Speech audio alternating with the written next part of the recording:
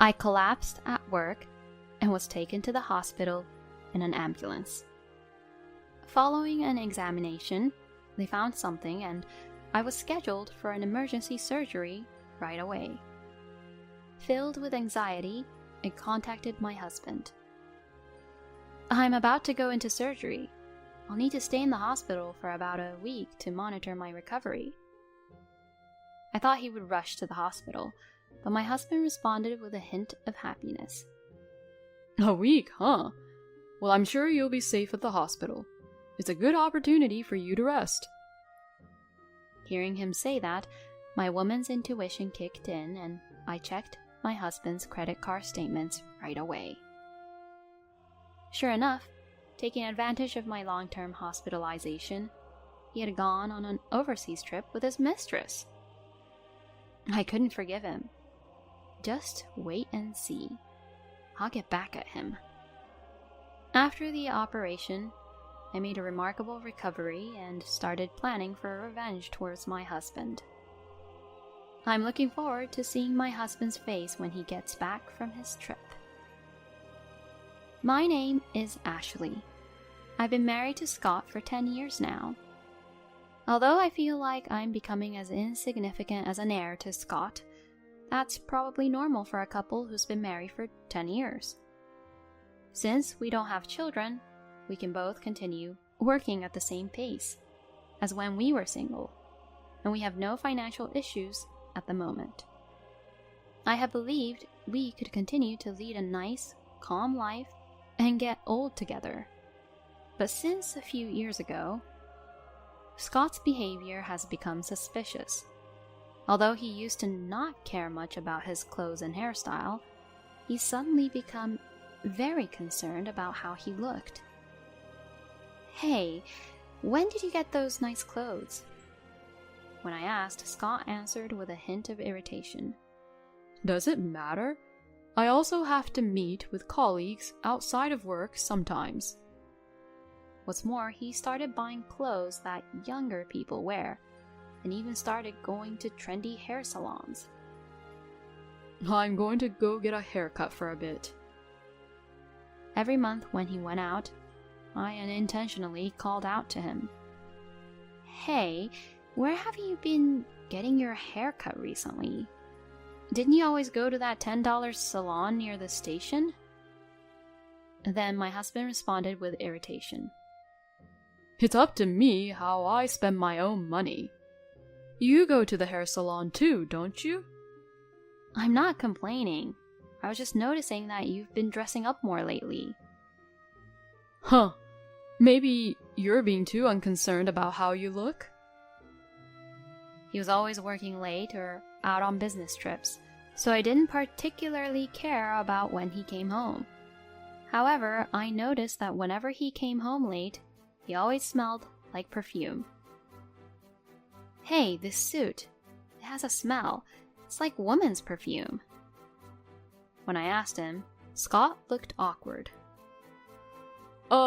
Yeah. Now that you mention it, there was a woman on the crowded bus back home who had a strong perfume. It might have gotten onto me. His excuse seemed extremely suspicious. His behavior pointed to only one thing. Clearly, these were signs of affair. Looking at our bank account, I saw our savings had been decreasing rapidly for the past few years. He must be spending it on his mistress. Who could it be? How should I find out the truth? And what should I do if he really was having an affair? Thinking about these things on my own, I gradually lost my appetite and began to feel depressed. One day, I collapsed at work. Ashley, are you okay? I'm calling an ambulance right now. As my consciousness was fading, I could hear my colleague's voice in the distance. And when I woke up, I was on a hospital bed. I must have been stressed because of Scott. The doctor who examined me suggested that I should be admitted for tests just in case. I thought I could go home right away, so I hadn't prepared anything and immediately called Scott. Hello, Scott. I collapsed at work today and was taken to the hospital by ambulance. An ambulance? What the hell happened? Are you at the hospital now? Yes, I have to be admitted for tests today. It's nothing serious, right? Probably just stress, I think. I couldn't quite say that it was because of Scott's affair, so I tried to cover it up. Then, Scott, seeming relieved, said this. Well, you really scared me. So you're not coming home today? Yeah, the test results won't be out until tomorrow. I see, I understand. The hospital will prepare everything for you, right? I don't need to do anything else, do I? Huh? Well, I guess it's fine. But you will be there with me to hear the results of the examination tomorrow, won't you? Huh? Do I really need to be there? I won't understand anything anyway. I don't know anything about medicine or illnesses. You can't be serious. I don't want to hear the results just by myself. When I cried out, Scott reluctantly agreed to come to the hospital. The next day, hearing the test results with my husband, I couldn't believe my own ears. The doctor told me, "We're going to conduct a surgery right away because you're showing signs of a stroke." Looking at Scott next to me, he looked just as surprised. Scott took a moment to digest the news and then asked the doctor, "So does that mean she can't go home today?" "Of course. She will have to be admitted immediately today, and we will perform the surgery tomorrow or the day after." "And how long until she can be discharged from the hospital?"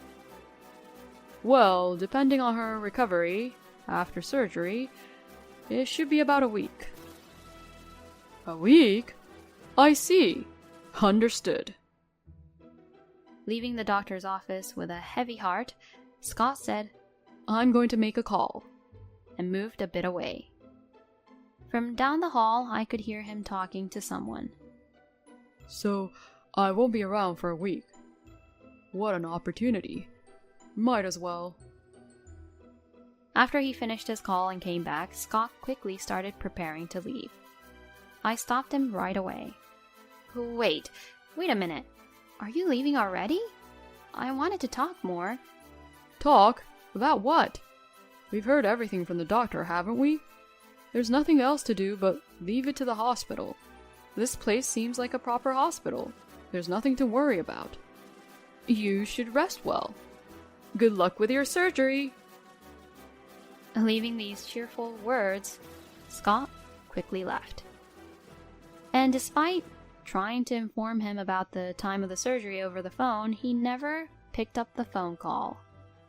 From then on, Scott never showed up at the hospital and I was left alone, facing the surgery with great anxiety. The surgery was successful, but days passed without any texts or calls from Scott, and he didn't come to the hospital.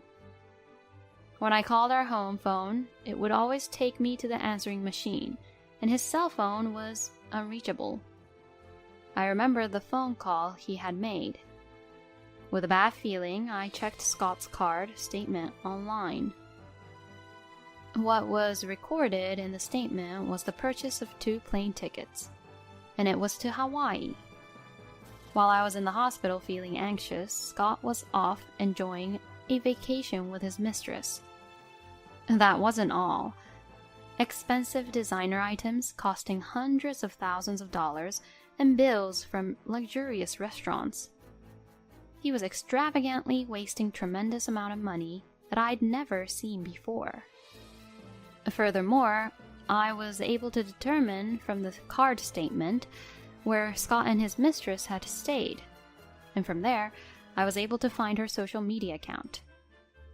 On his mistress's social media, perhaps thinking they would never get caught, there were countless pictures posted of her dates with Scott.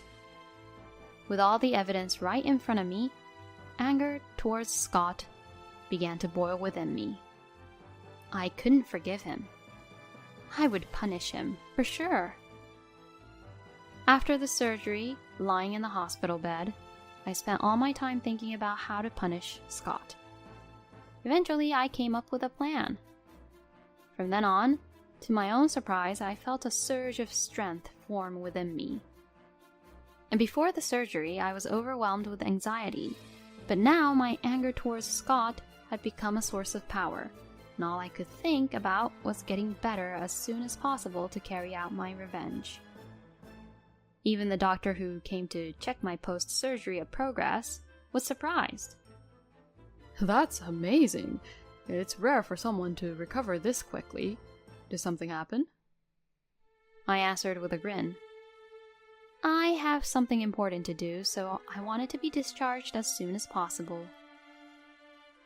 And so, I, who had recovered at a miraculous speed, was discharged earlier than the schedule. Without informing my husband that my discharge date was brought forward, I returned home alone. If he's only going to get my voicemail anyway, there's no need to say anything to him. And besides, I have a lot to do from now on. There's no time to rest. I started meticulously preparing for my revenge. Scott contacted my cell phone on the originally planned discharge date. Ashley, I went to the hospital, but they said you'd already been discharged. Yes, my post-surgery progress was good, so I was discharged early. You should have let me know. It seems like your phone has been off for a while. Yeah. It just ran out of battery. My bad. I'll head home now. An hour later, Scott called me again. Hey, Ashley, what the hell is this? Oh, what do you mean? Don't play dumb. Our house is gone. Oh, you noticed? I figured we didn't need it anymore, so I've demolished it and put the land up for sale. It's a prime location. I expect it'll sell quickly. What the hell are you talking about? We didn't need it? This house is both our property. You think you can just get rid of it? Oh, I didn't expect to hear both our property from your mouth. What do you mean? Our joint bank account. It's also both our property, right? I've known for a while that you've been using it freely. That's because I have social obligations for work.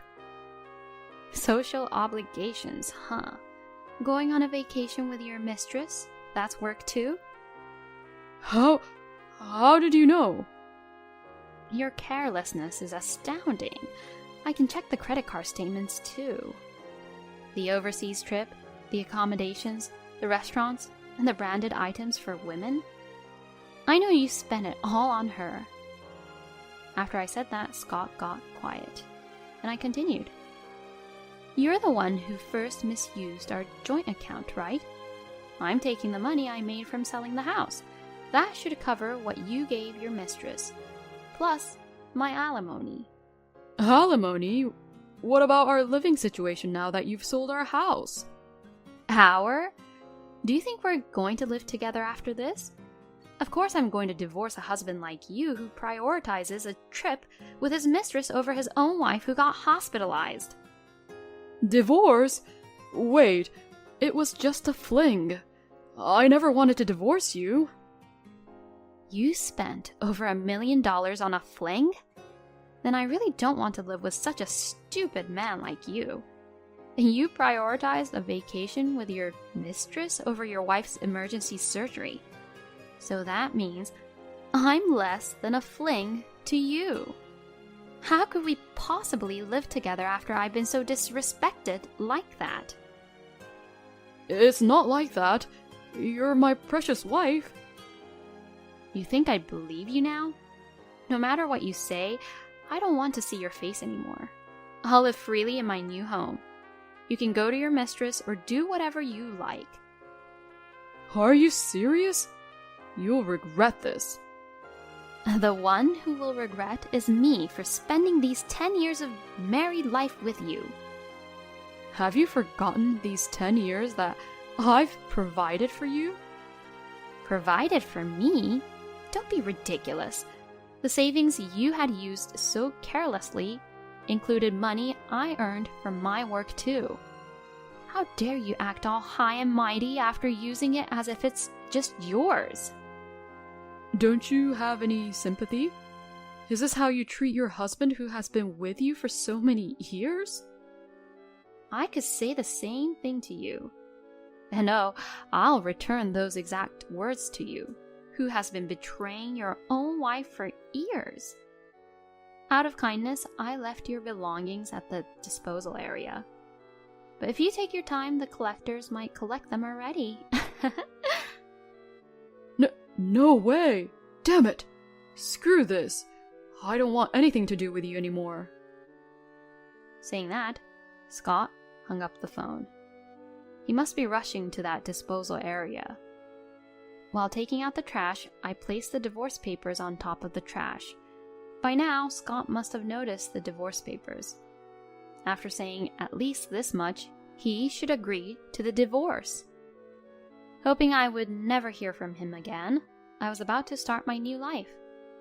However, within a month, I received another call from Scott. What do you want? I have nothing more to talk about with you. Just as I was about to hang up the phone, I heard Scott's screaming voice from the other end. Wait! Don't hang up! I haven't submitted the divorce papers yet. I am still your husband. Listen to your husband. He hasn't submitted the divorce papers? Unable to ignore his words, I was forced to listen to Scott. What do you mean you haven't submitted them? Oh, well, I decided to live with her, but I've decided to wait and see before divorcing and getting married again. And that was the right decision. Why? That woman spends money like crazy. And she says things like, if we get married, I want to be a stay-at-home wife. Even if I have savings, it wouldn't be enough if I married her. I knew that before you two started living together. It's more surprising that you didn't notice her spending habits after showering her with so much money. Then Scott said this, sounding impressed. I see. Ashley, you're really independent, huh? I am convinced by your words just now. You're the only one who can be my wife. Huh? Ashley, let's start over. You've just been sick and it must be scary to be alone, right? Is this guy an idiot? Such a man wouldn't understand unless spoken to harshly. I took a deep breath and raised my voice. Worried? How dare you even say that? The time when I was the most scared was when I was alone in the hospital on the day of surgery. When I was trembling with fear of the surgery, and when I was enduring the pain post-op. You weren't even there by my side. I'm truly sorry about that time. I wasn't thinking straight. It's not just about that time, is it? After all, you've been cheating on me, so how dare you say such a thing? A lot has happened, but I need you, Ashley. Don't you feel the same? That's why you spent these past 10 years with me. Don't be ridiculous. This time, I've confirmed that it's no good being with you. I can't imagine spending the rest of my life with someone who can't build a trusting relationship. So, you're saying you don't want to give us another chance? Yes, not at all.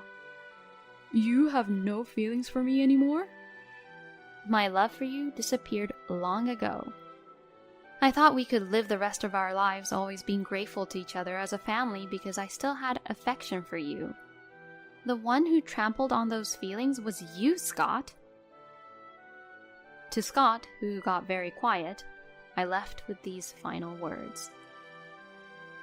However, there's one thing I thank you for. After knowing about your affair, I was filled with determination, thinking that I couldn't afford to be sick with all these anger I had towards you. And so, I decided to demolish and sell our house before you returned from your affair trip. What the hell? Thanks to that, I was able to recover so quickly that even my doctor was surprised. It seems like my anger towards you became a driving force to live. I'll thank you for just that. Please, think carefully about this, Ashley. I already did. Well then, fall into hell with your lover. Goodbye. I hung up the phone without listening to Scott's reply and called my lawyer right away. I couldn't bear to delay the divorce any longer. I intended to fight it over court. I saved all the evidence of Scott's affair and made it ready to submit to the lawyer. Divorce proceedings and claims for compensation are likely to go smoothly. If I leave everything to the lawyer, I won't need to contact Scott again. I changed my smartphone number to a new one so that I never receive any calls from him again. I doubt he will come to my workplace.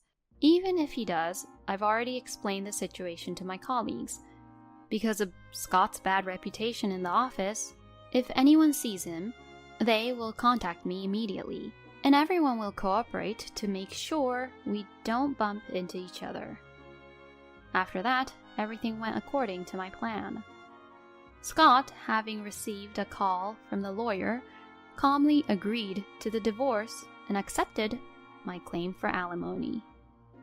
As for his affair partner, she seemed to get the hint that she couldn't make any more excuses any longer, and acknowledged that she had to pay the alimony.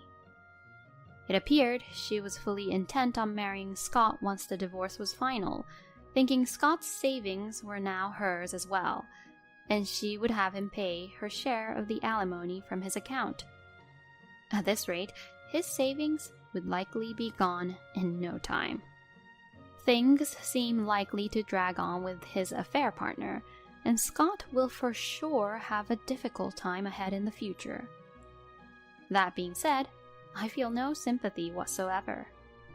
He brought it upon himself by having an affair with a woman obsessed with money. On the other hand, with the money from selling the house and the alimony from the divorce, I was able to rent a place which was the exact same size as the room I lived in before. I can't get back the wasted 10 years I spent with Scott, but from now on, I can live without being controlled by him. If I were to remarry, I decided in my heart that this time I would marry someone with whom I can build a solid, trusting relationship. That's what I decided in my heart.